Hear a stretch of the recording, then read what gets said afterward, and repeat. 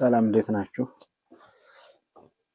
ዛሬ የምናየው የወንድ ሱሪ የኋላ ኪስ አሰራር ነው። ቻናሉን ሰብስክራይብ ያላደረጋችሁ ሰብስክራይብ አድርጉ። በቀለል ባለ መንገድ አሳያችኋለሁ ማለት ነው። እንዴት አድርጋችሁ መስራት እንደምትችሉ ዛሬ በዚህ ቪዲዮ እናያለን ማለት ነው። በመጀመሪያ ከኋላ ያዘጋጃችሁትን የቆረጣችሁትን የኋላ ፓርት የሱሪ ፓርት ታዘጋጃላችሁ። ለኪሱ ከንፈር የሚሆኑ ወይም ለኪሱ የሚሆኑ ሁለት እንደነዚህ አይነት ጨርቆች ታዘጋጃላችሁ። ከዛ በኋላ ለኪስ ቤቱ የሚሆን ደግሞ እኔ በሌላ ልብስ ስለሆነ የምሰራው በሌላ ጨርቅ በራሱ ጨርቅ መስራት ትችላላችሁ። እኔ ግን አነስ ያለ ስለሆነ ጣቃው በ1 ሜትር አካባቢ ስለሆነ የሚሰራው እናንተን ለማሳየት ስለዚህ የኪስ ቤቱን ታዘጋጃላችሁ ማለት ነው። መጀመሪያ እንግዲህ ይህን ስታዘጋጁ እዚህ ጋር ኪስ ቤቱ የት ላይ ይሰራል የሚለውን መሰረታዊ ነገር እናያለን። በመጀመሪያ ደረጃ እንግዲህ ኪስ ቤቱን ለመስራት መጀመሪያ ምንድነው የምታደርጉት? ከዚህ ተነስታችሁ እስከዚህ ድረስ 8 ሴንቲሜትር ወደታች ትወርዳላችሁ። በዳር በኩል ነው የምትሄዱ። ከዚህ ከዳር በኩል ነው መነሻችሁ። ኪሱ የጎን ኪሱ ከሚጋጠምበት ከዳር በኩል ነው የምትነሱት። ከዚህ ወደታች 8 ሴንቲሜትር ትወርዳላችሁ። 8 ሴንቲሜትር ላይ ቲክ ታደርጋላችሁ። ከዛ 8 ሴንቲሜትር ከወረዳችኋት ደግሞ ወደፊት ወይም ወደ ውስጥ 5 ሴንቲሜትር ትገባላችሁ። 5 ሴንቲሜትር በዚሁም አጋጣሚ ዳርቱም የት ላይ እንደሚወጣ አብረን እናያለን ማለት ነው። 5 ሴንቲሜትር በገባችኋት ትክክል ደግሞ መልሳችሁ 8 ሴንቲሜትር ወደ ላይ ትወርዳላችሁ። 8 ሴንቲሜትር ወደ ላይ ትንሽ ከፍ ትላለች እዚች ጋር ማለት ነው።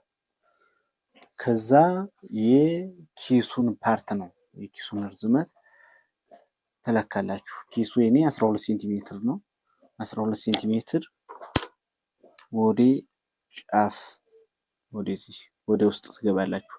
12 ሴንቲሜትር ላይ ቲክ ታደርጉና መልሳችሁ 12 ሴንቲሜትር ከገባችኋት ከላይ ወደ ታች 8 ሴንቲሜትር ትገባላችሁ። 8 ሴንቲሜትር አሁንም ከፍ ይላል ወደ ላይ 8 ሴንቲሜትር ትገባላችሁ። ከዛ በኋላ ይችን ዶቶቹን ታገናኛላችሁ ማለት ነው። እነዚህን በአንድ ታሰምሯቸዋላችሁ። ይቺ ኪሷን ትወጣባናት 12 ሴንቲሜትር ከዚህ እስከ 12 ሴንቲሜትር ነው። ዳርቱ የሚወጣው የት ላይ ነው? ግማሽ ቦታ ላይ ነው። ስለዚህ ዳርቱ 6 ሴንቲሜትር ላይ ይወጣል ማለት ነው። 6 ሴንቲሜትር ላይ ይወጣል ማለት ነው ዳርታችን። ስለዚህ ዳርቱ የት ላይ ይሆናል? እዚህ ጋር ይሆናል ማለት ነው። እንደዚህ ገለጣችሁ ከጀርባ ምክንያቱም ከውስጥ በኩል ስለሆነ የምትሰፉት ይህ ዳርት 1 ሴንቲሜትር ታስገባላችሁ። 1 ሴንቲሜትር አካባቢ ዳርት ታስገቡለታላችሁ ማለት ነው። ስለዚህ አሁን ማወቅ ያለባችሁ ከዚህ ተነስታችሁ ወደ ታች 8 ሴንቲሜትር 8 ሴንቲሜትር ከገባችሁበት ወደ ውስጥ 5 ሴንቲሜትር 5 ሴንቲሜትር እንደገና ከለካችሁት ወደፊት የኪሱን ፓርት ተለኩና ከኪሱ ፓርት በዚህ ትክክል ወደታች እንደገና 8 ሴንቲሜትር። ስለዚህ ርቀቱ ከዚህ እስከዚህ 8 ሴንቲሜትር ነው። በዚህም በኩል 8 ሴንቲሜትር ምክንያቱም 8 ሴንቲሜትር መሆን አለበት። በቀጥታ መስመር ልክ እንደዚህ አድርጋችሁ ብትሰሩት ግን ኪሱ ኋላ ልብሱን ስታያይዙ ኪሱ የተወሰነ ወደታች እንደዚህ ዞር ያለ ይሆናል። ስለዚህ ከዚህ እስከዚህ 8 ሴንቲሜትር ነው ማለት ነው። አጠቃላይ 8 ሴንቲሜትር ነው። ስለዚህ ዳርቷን አሁን እንሰራለን ማለት ነው። እዚህ በኋላ ምንድነው የምታደርጉት? ለኪስ ያዘጋጃችሁትን ጨርቅ ከታች እንደዚህ አድርጋችሁ ታስቀምጣላችሁ።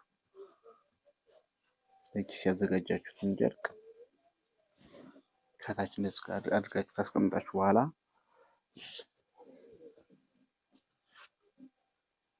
እኩል ነው የምታስቀምጡት። ከዚህም እኩል መሆኑን በደንብ ቼክ ታደርጋላችሁ። ምክንያቱም ወደ አንድ በኩል ወጣ ያለ እንዳይሆን ማለት ነው።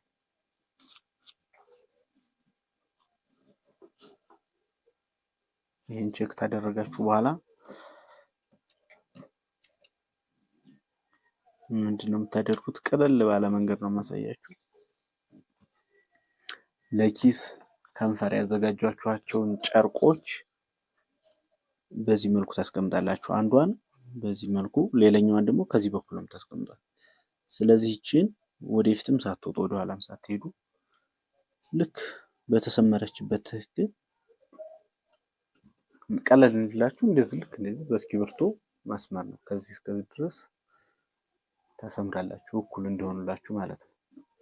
ስለዚህ ከተሰመረበት ወደፊትም ወደኋላም አትሄዱም።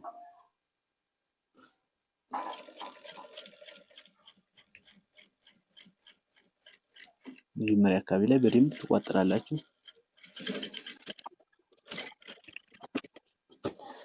በኋላ እቺ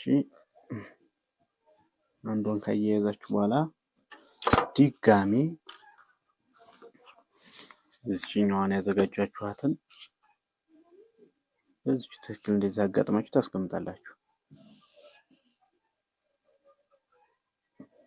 እነዚህን የምትለጥፏቸው ኪሱ ከሚወጣበት ወይም ከውጭ በኩል ነው፣ ከልብሱ መልክ በኩል ነው የምትለጥፏቸው። ምክንያቱም ኋላ ተቀንጭበው ወደ ውስጥ ይገባሉ።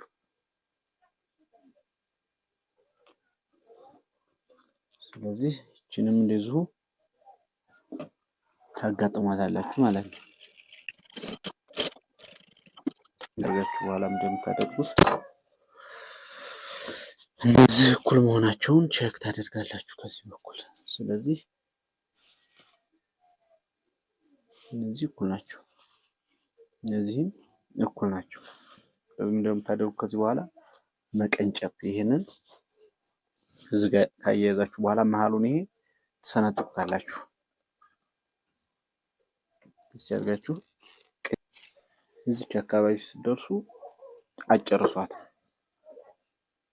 ወደ ጎን ተቀንጭባ ወደ ውስጥ የምትገባው ስላለች ወደ ጎንና ወደ ጎን ነው የምታወጣት። እንደዚህ አድርጋችሁ ቀንጭባችሁ ወደ ጎን። ከዛ ምንድን ነው የምታደርጉት? እቺኛዋንም መሰንጠቅ፣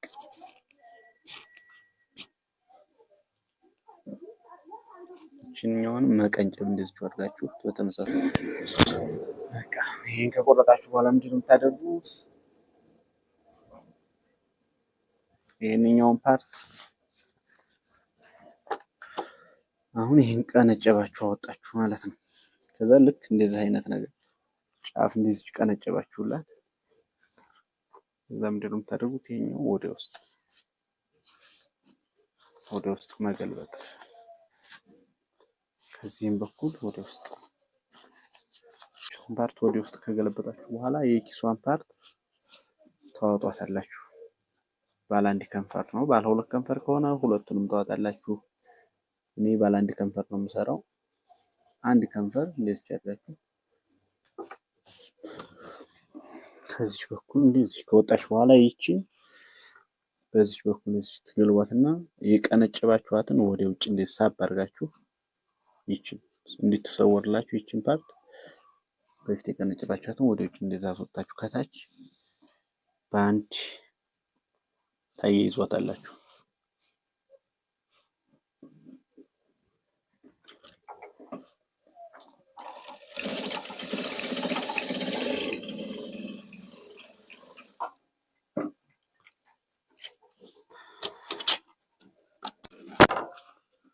ከያያዛችሁ በኋላ በዚህኛው በኩል ደግሞ ድጋሚ በዚህኛው በኩል ኪሷን ከንፈር አስተካክላችሁ ኪሷ ከንፈር የተወሰነ ይችኛዋን እንደዚህኛው ተመሳሳይ በዚህኛው ቁጣችሁ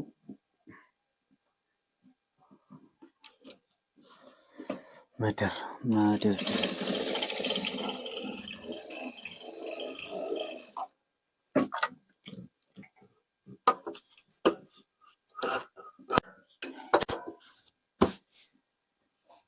የመሰለች ቆንጆ ኪስ ሆናለች ማለት ነው። ስለዚህ ደግሞ በካውያ አስተኝተን በካውያ አስተኩሷት ቆንጆ ትሆናለች ማለት ነው።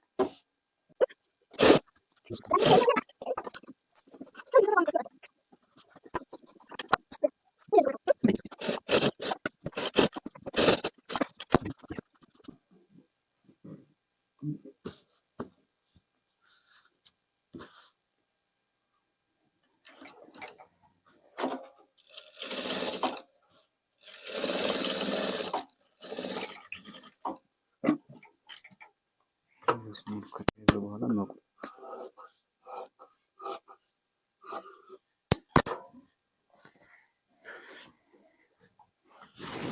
እሺ አሁን አንድ ጊዜ በካው እያስተኝተን እንመጣለን።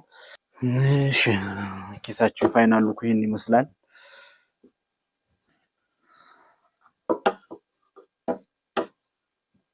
የሚያምር ቆንጆ ኪስ የሆነው። ሌላ እንዲሰራላችሁ የምትፈልጉት ቪዲዮ ካለ ኮሜንት ሴክሽን ላይ ያስቀምጡልኝ።